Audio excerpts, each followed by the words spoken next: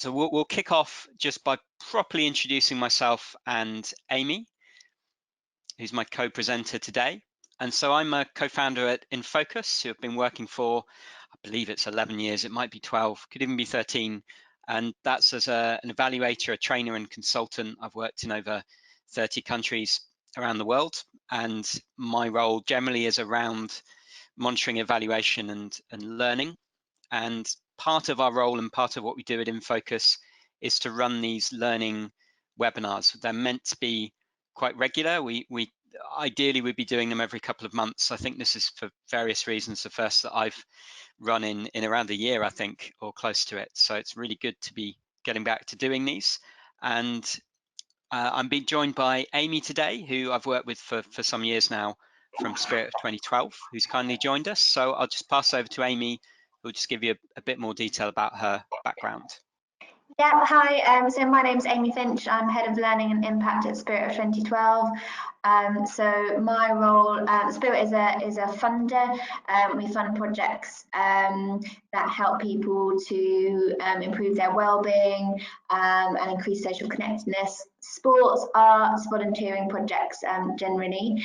And my role at Spirit is to look across the kind of collective learning from those projects and to share that, and also to support the projects to with those evaluations.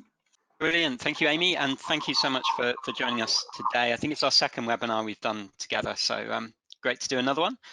And what we thought we'd do actually, before we get into the background to the research and a bit more about Spirit and the guide that also came out of the research on which this webinar is based, we thought we'd actually kick off a little bit differently than our normal webinars and get your feedback quite early on and ask you to look at a scenario that we've developed. And so what we partly looked at with the research, or a big focus of the research, was to look at the target audiences that the organizations funded by Spirit, who we refer to as grantees, who it was they were looking to work with, and generally the processes they went through to recruit those target audiences, so those individuals and groups that would attend their activities. And what we thought we'd do is come up with a generic example of an organization that we've made up. This is Goals for the Future. They come up on our training courses. My colleague Heather developed the organization. It has a whole staff structure, fictional staff structure. They all have little pictures and names and profiles. I worry a little bit that Heather feels that they're real. They certainly feel real now, but this is a completely fictional organization. But what we wanted to do was talk you through what might be quite a typical way of defining and working with the target audience, but then ask you to pull it apart. And so I'll just bring that up on the screen now. And if you do hear a pause occasionally, I'm just coming out of a cold last week, so that pause is me grabbing a glass of water. So in our fictional example here, we've got an organization, Goals for the Future, and what they do is they, as you can see on the right here, they help to find and set up apprenticeships across a range of employers and sectors for young people aged 16 to 20 that have been involved in some way with the criminal justice system. They might, for example, have a criminal record. So what I nearly said we. So what Goals for the Future does is to run training and workshops alongside the apprenticeships to help them and make sure that they complete those apprenticeships. And so they go through what we found is quite a typical process of recruiting, defining and recruiting that target audience. So they decided on the target audience because it was mainly through an invitation from a funder to support this particular group, young people involved in the criminal justice system. And they had wanted to work with this group for some time and had some experience of using apprenticeships for a range of different participants. So they thought, right, we'll use apprenticeships for this target audience.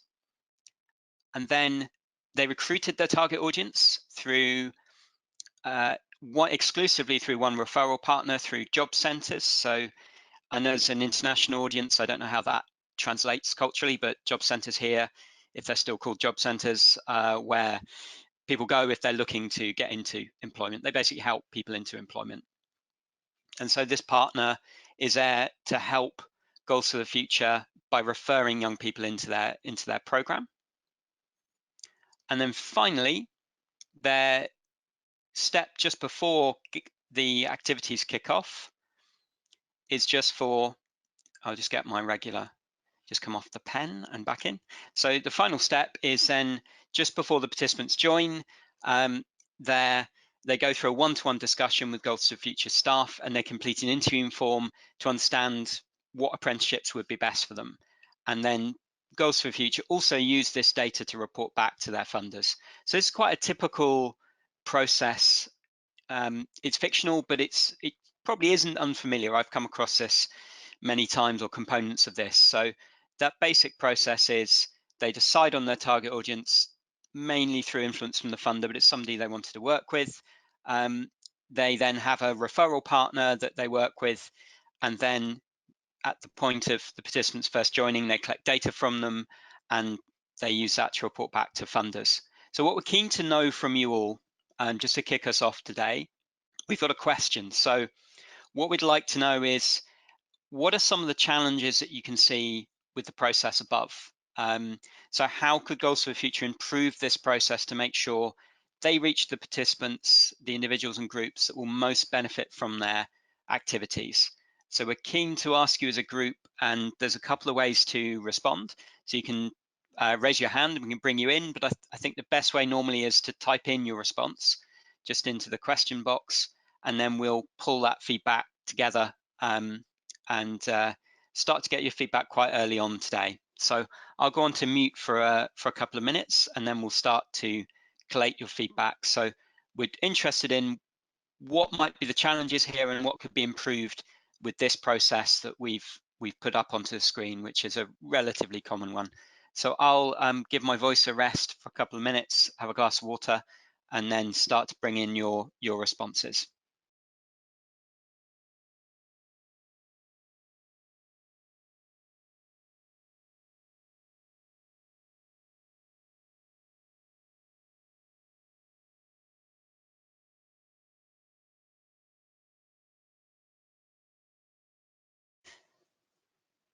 Hi everybody, so we've got some great responses coming through, so please keep them coming, and then we'll give another minute or two and then start to bring in your responses into the call. So thanks everybody for participating, and we'll come back together in a minute or two.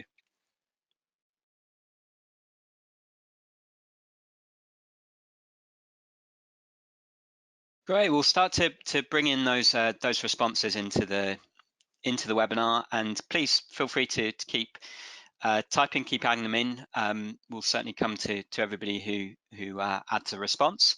And so we'll just go through the list. We just go in order here. And if you wanted to mention anything additional or to come into the call to speak, please also feel free to just let us know. So we'll also read out the names of who's submitted as we go too. We don't have your organisation on the screen here. So Paul Williams, you mentioned that Goals for the Future might want to involve the participants in the design and development of the project, which yeah, we would definitely agree with. It does feel a little bit here like I don't know how much they thought through the activities they're going to use and whether they're suitable for the participants. They mention just to the bottom left here that they've wanted to work with the group for some time. They've used apprenticeships before, but they haven't said whether they've used them for this particular group. Well, it implies they haven't. So I think consultation with the participants in design and development just at this point down here would definitely be worthwhile and be very good practice. David Terrace, you've mentioned that just having one referrer is a challenge, especially if the relationship between a job centre and a young person is not positive. There could be a benefit with working with different organisations, for example, community organisations. So we talk about that a bit later on the call, and about community champions and a little bit about outreach. But definitely, I think a few of you picked up, so I'll go down the list here, that this working exclusively with one partner could definitely be a problem for them. That was something that we would be concerned about if we were looking at this. So Tony Tran, you mentioned too, so for improvement to expand into varying referral partners. That was one of your points too. And Melissa Robinson mentioned something similar as well. So the challenge of only working with one referral partner, so it could be stronger and more diverse. The partner will involve those already interested in further assistance, but what about those who might be less engaged? So it could improve this by working through a more diverse pool of referrals over a range of those already engaged, already disengaged. So this is something that we're going to come to a little later also in the presentation. So the getting to those who are harder to engage with. And we talk a bit later about that decision of not using hard to reach, but that's another term that could come up there. Carolina, you mentioned deciding the audience based on the funder's request could potentially be bad if it's not backed up by the organization's strategy. So also having a unique referral partner would, as others have mentioned too, would limit the accessibility and diversity of beneficiaries. So I really like, Carolina, how you've phrased that there. So could potentially be bad with the funder. So what that might mean is that they end up working with a target audience that really suits them and really fits with what they want to do. But it could also be, if they're led by the funder, that they go into areas that actually don't really fit with the strategy and the ethos. And a couple of points here from Carly, if we come to you next. So you mentioned like working with a youth offending team would be a good partner to link to capture young people and give them information of the opportunities. So I think we were going to use that when we came up with the example. I'm not sure why we didn't. I think we were trying to keep it to the one referral partner to see if you all picked up on that. But yeah, I think adding to that, working with youth referral teams would be, or youth offending teams, sorry, would be ideal. And as you mentioned too, Carly, as a few of you have, that limit to one referral partner is a big challenge. So Sam, we've got, you're from Laureus, so we do have your organisation name there too. So you mentioned with regard to the second box, again, you mentioned to get more referrals from wider community groups, and also, oh, sorry, I thought there was I was about to read into a second point. I realised it's not, the second point's not from you there, Sam, so thank you. But yes, you mentioned even PRU in schools. I'm not sure I know that acronym, and I feel I probably should. So it'd be good if you could confirm that. That'd be great. But again, yeah, I think widening out that referral is absolutely key. And Jose, you mentioned it as the others too, that might be limited to have just the one government job centres as the only referral partner. So you've mentioned maybe trying to access or create a partnership directly with criminal justice system database, and who has access to those databases could really help to get out to the beneficiaries that would benefit the most. And oh, Sam, you've got a box 3 point. I thought there was a second point from you, sorry. And PRU, pupil referral unit, which quite a few of you actually then came back and confirmed, so thank you. So Sam and then Carly, you've mentioned this too. You've got some points on our box 3, which has been a little bit neglected. I'm really glad you picked up on this too. So Sam, you've mentioned that the form filling section may be a challenge for young people with literacy issues. I'm trying to just get to, if you just give me a second, I'm just not able to fully open this box and read your comment. So I'm just trying to do that. Seem to have a bit of a bug. Right, got it. So Sam, you've mentioned, as for box 3, the form filling section may be a challenge for young people with literacy issues, and maybe something linked to a mentor or a former apprentice that could support them. So not many form filling exercises enthuse young people in any way. So how could this be a bit more inclusive? So maybe using videos. And Carly, you mentioned the interview form could be off-putting for some young people when they first join. And that's what we were looking to get at there, was that can be a real challenge. And this is what some organizations feeding into the research mentioned, as we'll come to later, that doing that on the first session, getting them to fill out a film, a form, sorry, potentially could be an issue with trust, or it might just, as Sam mentioned there, not be particularly engaging in the first session. In some cases, you need that data, and you need to get at that point. But it's certainly something to challenge and see if there are different ways of doing it. Great. Well, we'll stop at that point, because I think we've actually covered all of the points that we've got. I'm just checking down the list, but I think that's everybody. So thanks so much for engaging in that exercise. Really much appreciated. We don't normally kick off our webinars, as I said, with an exercise, so we're just trying something a little bit different. But it's hitting quite a few points that you came up with that we came across in the research, that the questions we're going to come to start to address. So great to get your input early on, and we'll now pass over to Amy, just to give you a bit of background to the research. So I'll just get rid of my scribblings on the screen, and then pass over to you, Amy, just to give a little bit of background both to Spirit and to the research. Yeah, thanks, Tom. So as I said at the beginning, we mostly fund projects around art, sports and volunteering. And one of the things that came out of our big 3-year evaluation that we published in 2017 was we were really interested in were we, with our grant funding, reaching those who could most benefit from the activities that we fund. So in the way that was phrased in the 2014 to 2017 research, that was hard to reach, and In Focus put together some findings on looking through our data to see, are these people hard to reach, and how would we know? Building off that, one of the things that I was really conscious of is what does that imply about us as a funder, using our, I guess, power or leverage to ask people to collect certain data, to go to different audiences that they may not think were appropriate for their programme.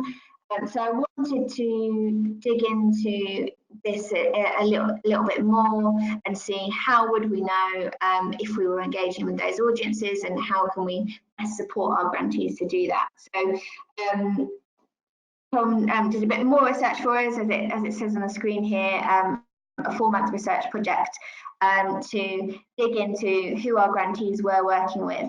So the research that this project is based on is really thanks to our grantees, who pretty much all of them responded to surveys, interviews, took part in a workshop to draw their collective expertise on this issue.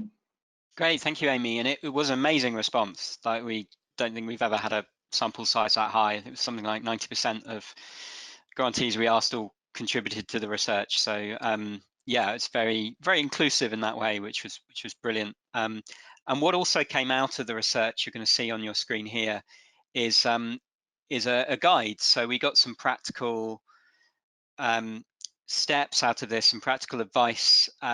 Don't worry if you can't see the text here. This is what we're going through today. And these were some practical questions to ask if you're a funder working with a grantee. But what we found as this has gone out into the world is that these were quite useful questions, whether you're a funder or whether you're an organisation working on the ground directly with participants. You could just repurpose these questions to just ask them of yourself, rather than be asked, be guided through by a funder. So it changed the focus a little bit. And what we're going through today are some of these steps, just to ask at different points of the different stages of thinking about who to work with and promoting out and reaching your target audience, how they join, what you do as the session runs, and then closing the project. And so that's what we're going through. And really important to know before, or to state just before we go to the main board.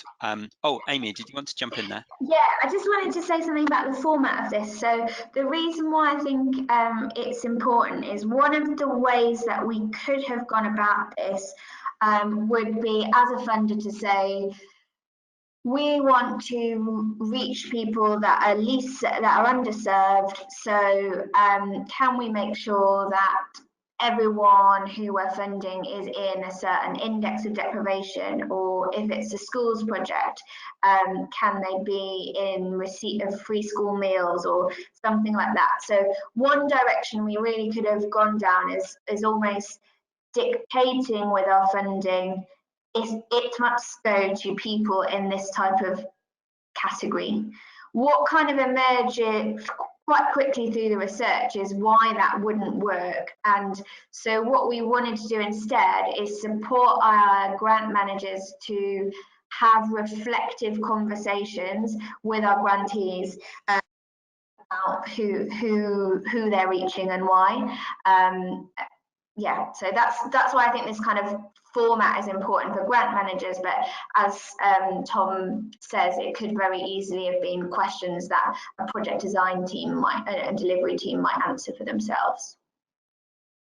Great, thank you. And we'll go through those questions today, and you'll get a feel for them, and also that will bring up elements of our research that we did jointly with Spirit just as we go, really. So hopefully it's useful for you all. And I think a final point to mention before we get into that, so a quote we like to bring up on our webinars now, and any of these quotes with famous people, I imagine if I Google this, I might actually find out it was never said by Bruce Lee, but I like it anyway.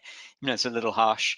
So adapt what is useful, reject what is useless, and add what is specifically your own. So it's really just that if I go onto a webinar, I'm quite happy if I take away 10, 20% of things that are new to me. It's hopefully we can spark some new ideas or some new thoughts, but we completely realize that there'll be elements of what we present that are not going to be relevant to you. Hopefully not useless, but so maybe not relevant. And it's all about taking the bits that you can, adapting to your own context. But we're also very happy for you to challenge what we show you on the screen. If the advice there you think may not be relevant in particular contexts, or there's something missing from the structures, because in the end what we've taken here is from some outside research, but then from about 40 different organizations feeding in. It won't cover every context, but we're hoping it will be still useful for you. So without further ado, we'll come over to the main board. And so our structure for the remainder of the webinar is to take you through the different stages of working with target audiences. And so at the top left there, you'll see that we've said the right target audience. I'm doing air quotes here, but you can't see that. But you know, I'm never sure about the terminology right. But what we mean by that is, and this was a big discussion at the beginning of research, you know, the audience, the groups and individuals that will benefit most from the activities that the Spirit grantees are running and that generally organizations are running. So, you know, there could be people coming along, they benefit, but are there other individuals that could benefit more, that might be more suitable? So that's what we mean by the right target audience. And so then we broke it down across 5 steps in the advice that came out of the research. So designing, which is all about designing activities, deciding who to work with, promoting. So then how do you go out and you actually engage with that target audience?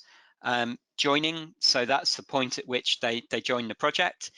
When you're actually running the project, is there anything there you can do to continue to work with the right target audience? And then finally, closing, is there anything you can do at the end of the project? And we're very much more focused on step 1, 2, and 3, particularly step 1. But there are elements of step 4 and 5 here too. So that's what we'll be going through. And we're going to start with the point of designing. So the first point to mention here is whether you or the organization you're working with, if you're a funder, has assessed and defined the needs of the the target audience. So it's alluded to a bit in the exercise. You're going to start to see elements of that exercise coming in here. So this was from the organizations that we spoke to. For some, it was research, their own research. For some, it was that they had existing research that they could use. So maybe about, if it was a sport project, about levels of inactivity in the area that they worked in. Or for others, and this is absolutely fine as well, they were also using their own experience. So they've been doing it for 10 years and they had that experience of the needs of the target audience just through their own day-to-day work. But I think everybody we spoke to in the research had some rationale, some basis for the audience that they were working with, but it's not always good to just assume that. I think it's always good to challenge what kind of data, and also to think with a bit of theory of change thinking. Are there assumptions that are being made here about the target audience that we could challenge? Thinking through, well, are they the audience that are going to benefit most from the activities? And then Amy will just cover the next point, just about the funder influence. So Amy, over to you on this one. Yeah, so obviously this was really important to us to work out where we might have a kind of positive influence on who a project is working with, and where a funder might be a negative influence. So the example that I just gave earlier about if the funder is saying you must work with only young people that are on free school meals, and the organisation is telling us, no, actually, those people that are just above that income threshold or something like that could benefit hugely from a project. So we wanted to know whether or not, I guess, our grantees were how much they were looking at what audience we were suggesting we might reach, and whether that was a negative influence or a positive one, if so. And this graph here is from what our grantees said. So about half of them were saying they had a very set idea of who they wanted to reach with, and they only sought out funding opportunities that met that criteria, whereas others had a kind of a slightly more influence to the role that a funder might play. Great, thank you. And I should say to the group as well, if you have any comments about anything that we're going through here, do feel free to chime in, type in and add in, and we'll see what we can bring in as we go. And so the next point that we looked at, and this got into some quite unique areas, I think, with the research, was just how open and closed the sessions would be. And so what we came up with there, that will jump up on your screen, and is a spectrum of where organizations fitted in the research across this this criteria of, on the far left, where their activities were open to all individuals regardless of characteristics or background. Sometimes as limited to a particular area, but on that far left of our spectrum here, that's where it was extremely open as to who could come and attend. And then on the far right, there were activities that were very targeted towards individuals that came from a specific background. And so we came up with these different categories. So firstly, on the far left, as I mentioned, open to anybody in a community. So that could be like a city-wide or community-wide event, which is very much focused on people mixing together from that community. With a lot of organizations that fed into the research, we're also doing some additional work to engage with those groups and individuals that were harder to engage. So there's still some work going on there, but generally they're open to anybody. And on the far right here, this was where we had those more intensive activities, often with a smaller group, often with individuals with more complex needs, and often just recruited via referrals, but more than one referral partner. That was in our example earlier, I know you picked up on, but that didn't really come up. Most people had many more than one referral partner, but they come from a very specific target audience. It may be that they are more challenging to work. It's more challenging to work with that particular group. It's safer to work in a small, safer space, both for the participants and for others, or that's just a better environment to build confidence and work with them. And then we had some categories in between. So we had organizations that were working with a very set target audience, and they would promote generally just to that target audience. But if other individuals came up, they could still join. It was still open access, but there was a very specified audience. So that might be, for example, gender projects just focusing on working with young men or young women. And then we had, finally, there were some organizations running activities that were very focused on bringing individuals from different backgrounds together. One of those groups might traditionally be experiencing more barriers to participation. So this might be disabled people with non-disabled people. It might be older people with younger people. There were a mix, but they were specifically designed to bring those groups together. So this is a spectrum that we came up with, and it, well, Amy, I think it might be worth bringing you in here. Well, certainly would be worth bringing you in here just to mention why this became quite important to the research. Yeah, this is, I think this is really key part of the research within the spirit context. So what we were interested in is organisations purposefully having an idea about why they might be on one end of the scale to the other, and not, and there were good reasons for either, for wherever you'd be placed. So, for instance, those organisations that were explicitly looking to change perceptions or alter views had to have a mix of people, so had to be in that second category if they were realistically going to make change, or make all the changes that they were saying. Other projects, we've worked with quite a lot of projects that are looking to get people to become more active, and some of them wanted to work with a really defined audience of people that were all starting with very low levels of activity. They wanted to build up people's confidence within that, in a really kind of safe space where they weren't uncomfortable or looking at people that, you know, could do much more physically active stuff, whereas others, still with the same aim of increasing activity levels, wanted to not kind of pigeonhole people as, okay, this is all for you guys that are really inactive, and wanted a mix of people, including kind of role models who were a bit more confident, or kind of not have a stigma attached of having a really set group. And we thought that, you know, kind of anywhere along the spectrum is fine as long as the organisation had purposefully thought about it.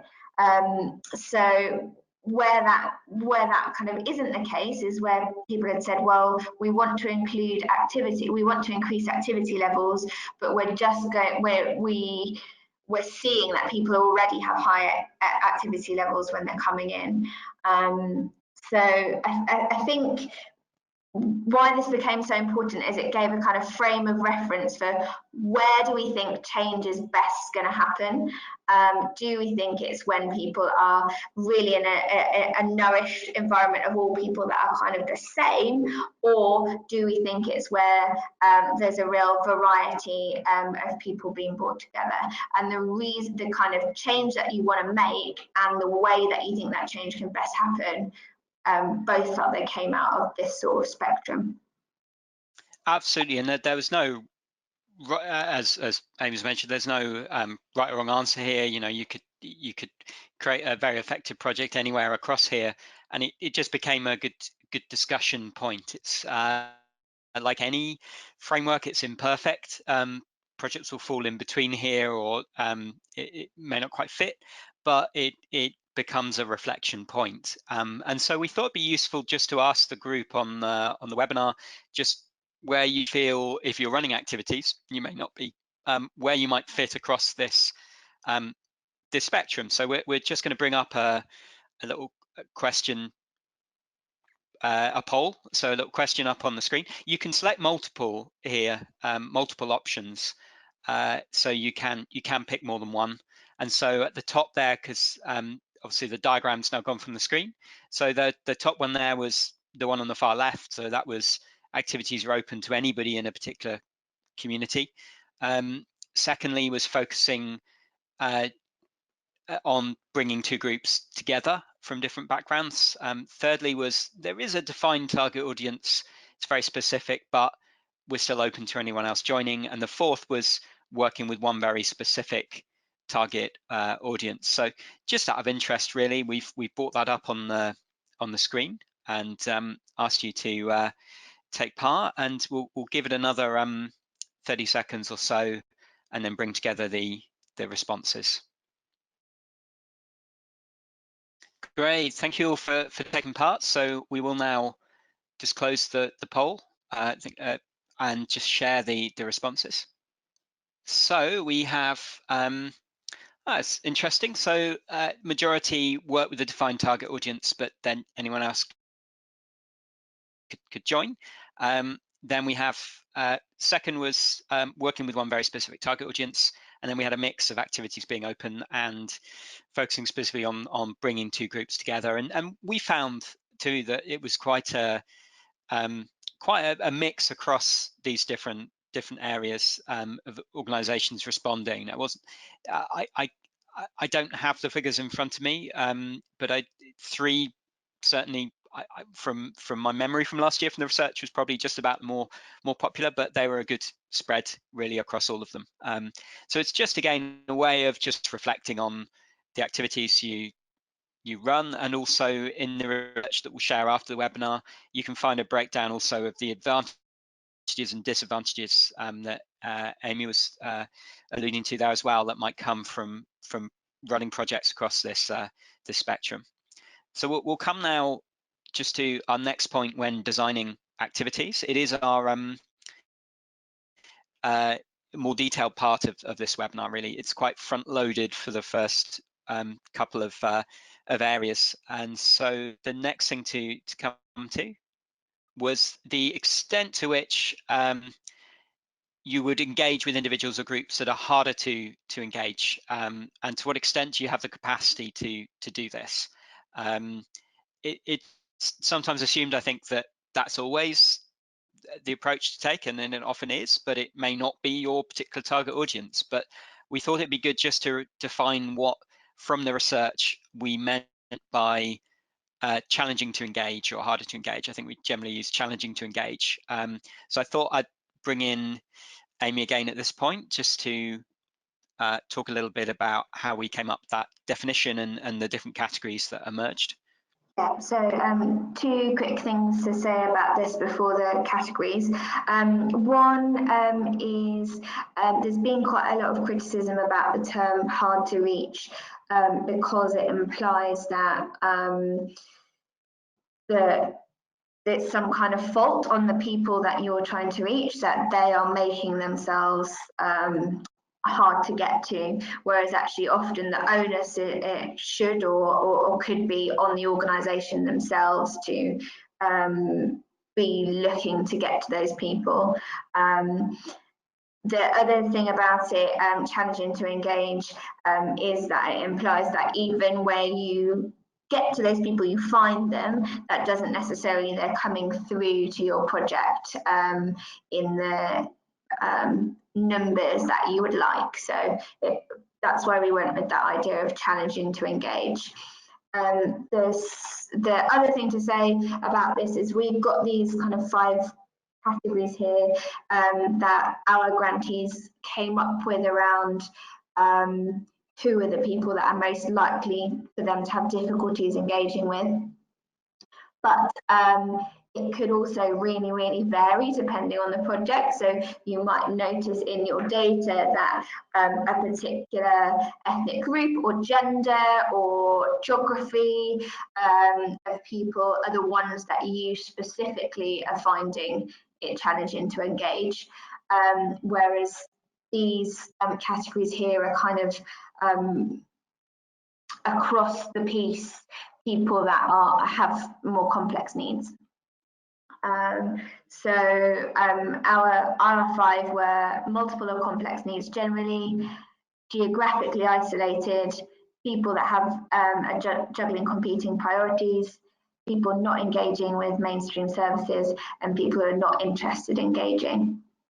And the kind of question for our grantees was around, well, do you want to engage with this group of people?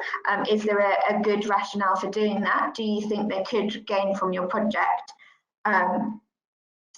Versus is it appropriate for them to be engaging with your service? Is there things that they could be doing beforehand, or would your project meet their needs effectively? Are there things that you need to do to make your project meet their needs? Great, yeah, and it was interesting too that that question emerged of, can from the grantees of, should, I suppose, yeah, do they have the expertise to be working particularly with individuals with multiple or complex needs? So there was some good sort of challenging of that within the organizations, challenging themselves within the research on that, and some who had really were very well set up to do that, so had social workers on their team to deal with particular issues. They're very well equipped on that front. But again, it was really just a framework, as Amy mentioned, just to start asking questions and to challenge approaches. I was particularly interested in the not interested in engaging. I whenever I've looked at challenging to engage kind of categories in the past, that doesn't always emerge, but it's fair enough that some people just are not, they don't want to engage. You can find them. They may be, for example, inactive on a sport project, but they don't want to be physically active. So it's certainly worth trying then different activities to see if they can be engaged, but sometimes that's just not possible. That always interested me, that emerging from here. Yeah, and I think that's important when our projects are about activities that bring people joy. So some people are always going to be more musical than they are artsy or whatever it is. So to some extent, our projects are really good at consulting with their target groups and trying to find activities or ways of delivering a musical or an arts or a sports activity that appeals to people that are not traditionally interested in engaging. But then on the other hand, you don't want to rob people of the choice just to say, no, this time I'm not a singer, I'm never going to be a singer, and the sort of activity that I'm going to enjoy is not that. So I think it was trying to help people kind of balance, where do I want to adapt my activities to appeal to more people, and where do I want to say, well, actually, choice is a really valid. Definitely, yeah, and in the research you'll get after the webinar, there's some really interesting examples of that too. And I think, as was mentioned in the exercise earlier, consulting with the participants is a key point as well, to just to get an idea of what might interest them and how to design the project. But we thought that'd just be useful there it's a well-used term, harder to engage or more challenging to engage. So just wanted to let you know what our thinking was around that. And finally, just on this first designing point, so also thinking through what data could be collected to help identify individuals or groups that are harder to or more challenging to engage. So it could be helpful to ask additional questions as part of the registration process to find out if they are part of those groups. So whether, for example, they engage in other services, or questions that explore more complex barriers or support needs. And we had some good examples from the organizations contributing to the research on that. And so this gets progressively less detailed as we go across each of the stages. So we're now coming to promoting. And this was a bit of the research that really interested me. I mean, I found it all interesting, but this in particular, because again, it challenged, worked with a lot of NGOs over the years, and it's challenged a part of work that I'd never really explored before. So this is about using partners to promote recruit activities. So we had, sorry, that should say participants for activities there.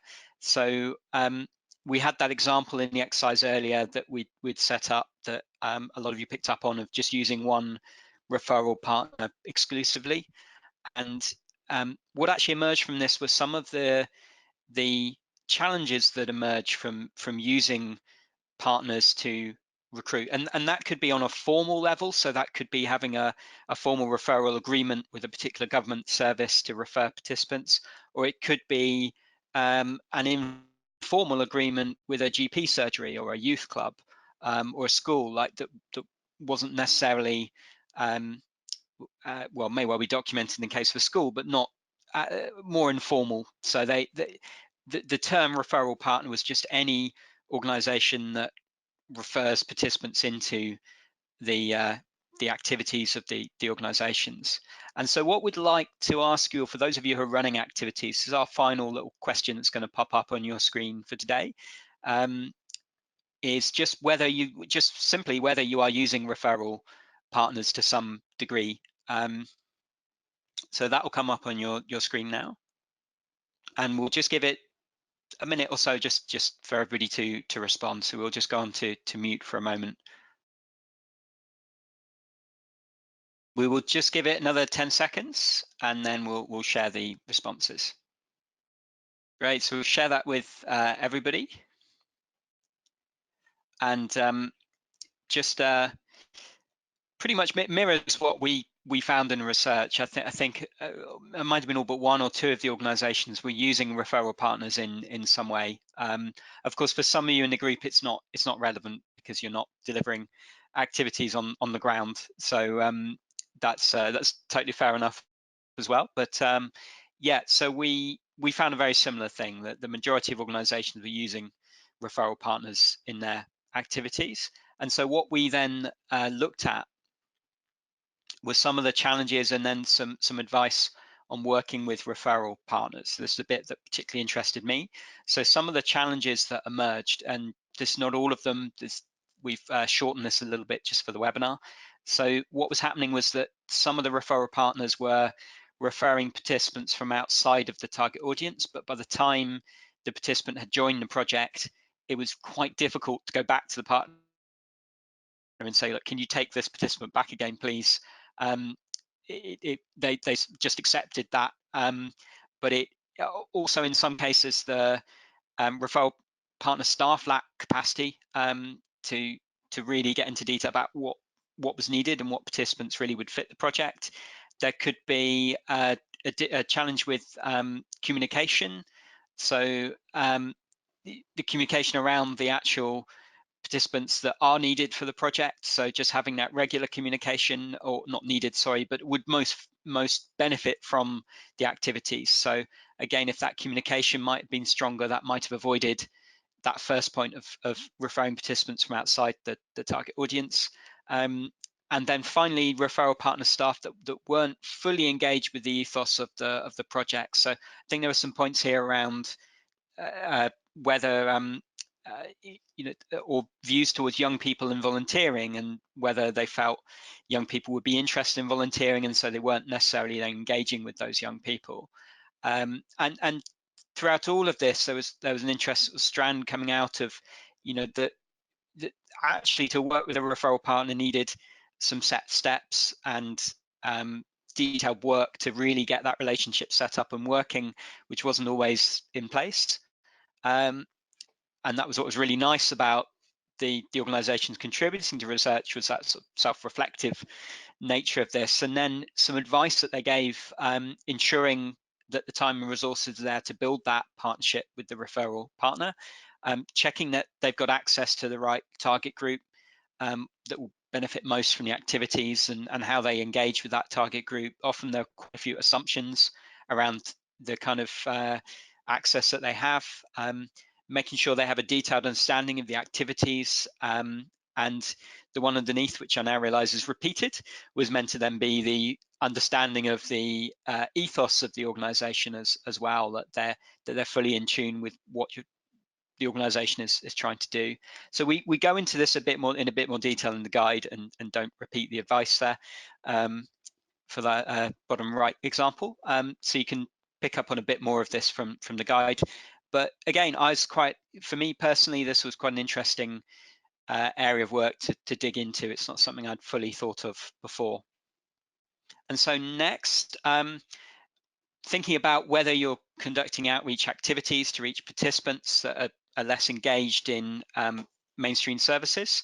So this was particularly important for engaging participants from that harder to engage audience. So not every organization had the capacity to go out and do outreach. So we term this as actually physically going out in the communities. It might be leafleting, it might be doing even just door-to-door outreach, it might be doing taster events, but the organizations that were doing it found it particularly important to engage with harder to reach individuals. And likewise, finally, for this strand, there's quite a few of the organizations using community champions, as they term them. So as the example here goes into, so this is an organization that found that they were subscribed from a particular community, in this case a Polish community, and so they made sure that they employed a community champion who was really proactive and went out and recruited for them. And this was a recurring theme across the organizations, feeding back that they were successfully using community champions as part of their approach.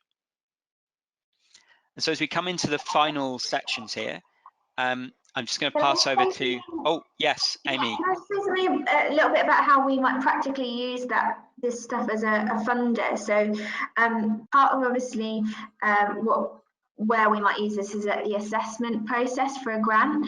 So we would be looking at a risk assessment, and if it didn't mention partner and referral partner risks on the risk assessment, that will be a red flag to us, because we'd feel that people had underestimated some of the issues around referral partners. Another way at assessment, it might be that when we're looking at project plans and things like that, we're seeing whether or not organisations have built in sufficient time to recruit, because if they are looking at recruiting in a really tight time space, based on this kind of research and our partner feedback, it would suggest that they're only going to people that might be kind of usual suspects. Whereas if we can see a longer lead-in time to getting to the right people, then that might be a sign that the organisation has really thought about how are they going to get people through the door that they don't always do. Great, thank you. And can I ask you just to continue into the next bit as well? So just into the joining section 2, if that's okay, Amy. Yeah, sorry, no, I hadn't unmuted myself there. Yeah, so this was about when are you getting data. So this might be both demographic data on your participants, or it might be outcomes data through baseline surveys. And our grantees were quite mixed on when was best to collect data. So some had processes in place where they were quite confident to do that really early, even pre the first session. And others raised some of the issues that you guys did at the beginning of this survey, beginning of this webinar, about would that survey be off-putting for this target group? Do we need to bed them in first, or do we need to think about making that data collection interactive or in a more comfortable environment and things like that? And so there wasn't a right or wrong answer. I think it depends on the confidence and the experience and the target groups themselves. But it was certainly something that was worth organisations thinking through. Do you want to do this other one as Oh well? yeah, sorry, yeah, if you could. It's for some reason it's in huge letters as well. I'm not entirely sure why. Yeah, so the other one was about whether or not it was possible for participants to join from outside the target audience. And again, this is one where you might have a stipulation in the funding that people need to be from X or Y audience. We're just doing a fund at the moment where all of the participants are women or girls, because it's funded through the on tax. So it's real set stipulation there. If someone who identifies as male wants to join the project, they can't, according to this. So what would you do if those participants want to join? And I was talking to an organisation this morning who are able to offer an alternative activity for participants that don't fit the category, whereas others might just want a line or want to train their community deliverers to be comfortable to deliver to give that no message, whereas others might think, okay, well, I really want to target this group, but if someone from outside that group comes through, then we have the capacity to allow them to do that. And again, some of the grantees we work with have been able to say to us, I know you thought it was going to be about this audience. We're actually seeing there's a really strong rationale for widening the age range or going to a slightly different audience. There's good reasons for this. Are you comfortable with it? And we're able to say yes and change those stipulations. So yeah, so I think this one was really about what would you do if there are people that don't meet your audience? Does that work for you? Can you adapt or not? Great, thank you. Sorry if I put you on the spot there. That might well have been my bit. So thanks for jumping into that if that's the case. And we'll come now to the penultimate point. So we're now on running. So this is where you're up and running with your activities. And the one point we came up with here from the research was just exploring whether it's possible to review the data and assess whether you're reaching the intended target audience. So what we found was that only grantees that were working, if you think back to the open and targeted that were working right on the right hand side, that had very specific criteria for who could join, and they're working in smaller groups, people with quite complex needs. They were the only group as part of the research that would actually use the data at the outset of the project to decide whether somebody could join the project, and they tended anyway to be working mainly through referrals, so that situation didn't come up as much, but that ties in a bit with what Amy's just described. But what was very common, and the majority of grantees were doing this, was reflecting back or using their data to reflect back on who they're reaching, and if there were individuals or groups that were underrepresented within the activities. So definitely felt like that was the good practice that emerged. And so an example here was from an organisation, so it helped to identify cold spots in their recruitment. Quite like that phrase. So they targeted a particular part of the community, and then they could see from the applications and cross-referencing with city data that they weren't actually, there's a particular part of the community they weren't reaching, and so they then even midway through the activities decided to have a drive to recruit that particular set of participants. It very much depends what kind of your flow of activities. So some I realize are closed beyond a certain point and then reopen later, but for those that were ongoing, there was again, majority of organizations that actually did this and actually used their data to identify gaps, and it's a good, I think, good practice to encourage if you're a funder working with organizations to do this if they can and if they have that data. One thing I wanted to say about this one was that there are obviously resource implications for this. So if that kind of group that you're not really reaching, is there a sort of almost moral obligation to make sure that they're accessing the service in the same kind of rates as other people. So big audience for Spirit for this would be disabled people, and whether when organisations that are reaching both disabled and non-disabled people see that, okay, hardly anyone who is disabled is coming to this project, there's a kind of moral imperative there to look at what you're doing and encourage the access to be improved.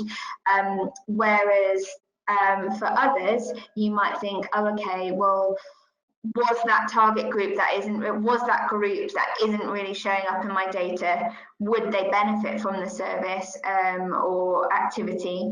Do I need to spend loads of research kind of trying to get one or two individuals from that group, or am I comfortable with them not being part of this? So I think, again, either or approach might depend based on the sorts of groups that are underrepresented in the data. Very much, yeah. I guess it also feeds back to the first point in designing of these steps, of also making sure you are collecting the data you can use. At that point, it does require planning ahead to do that too, as well as capacity, as you mentioned. So yeah, definitely agree.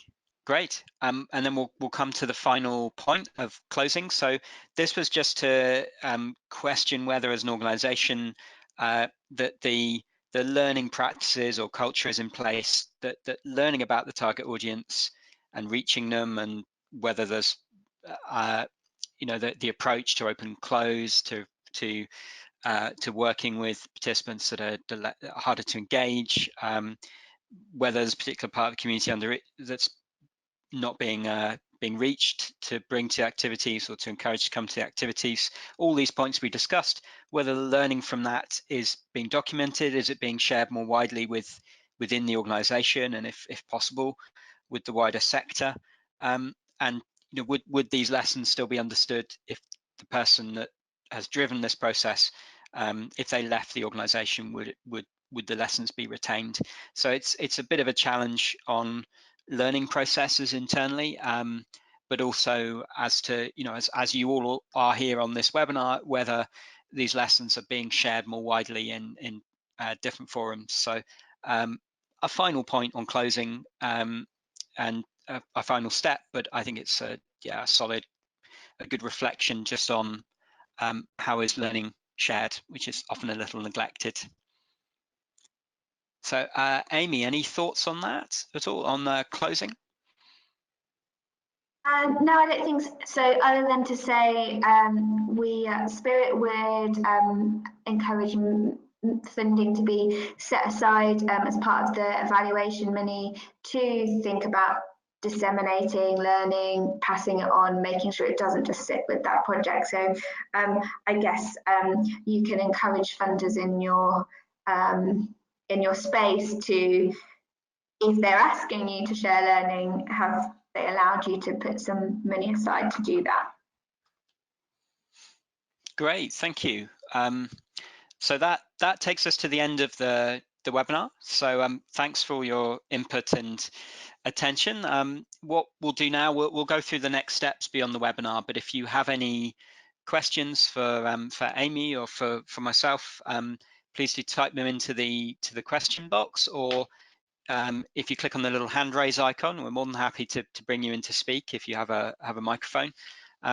Or there may not, totally understand if there are not questions. So sometimes we have webinars where we're discussing for half an hour or even longer, and sometimes the webinar's been enough and there aren't any further questions.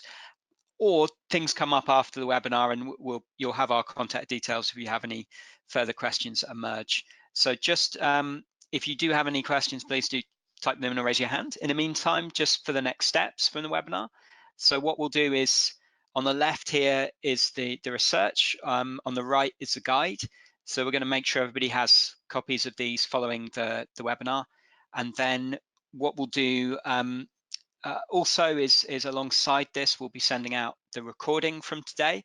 So it takes us a day or two just to tidy that up and get it ready to distribute, but we will get that out because I realise quite a few people will be watching us back on recording. There seem to be quite a significant Australian contingent who I would imagine may not be on the call. It's brilliant if you are, because I imagine it's the middle of the night. So the recording will go out and available for anybody who wants to view that. So feel free to distribute that as you wish. And also to say, as you leave the webinar, a little questionnaire, a survey will pop up. So I'd be really grateful if you'd fill that in just with your feedback from today. So we'll just have a look, see if there are any questions. Yeah, how will recording be made available? So yes, so that will just come out via a link. There's some a few bits of registration details to fill in, and then yeah, that's available to view as you wish. So we'll make sure that comes out to you. So thank you for that question. And Sam, you mentioned having a talk to us both directly, just around model cities and yeah, just seeing if looking for or at links around that, and really happy to do that too. So Sam, we can definitely be in touch on that. We're working with the GLA at the moment, so getting quite familiar with it too. So yeah, that'd be awesome. Thank you. So I think there aren't any other questions. I'll just check if any hands are raised, but I think that's everything. So what we'll do now is if you'd like to leave the webinar, best way to do that is via the cross on the top right of your screen, of your little bar, and that will take you out of the webinar. And yeah, thank you again, and really hope you have a good remainder of the day wherever you are in the world. Thanks again. Thank you.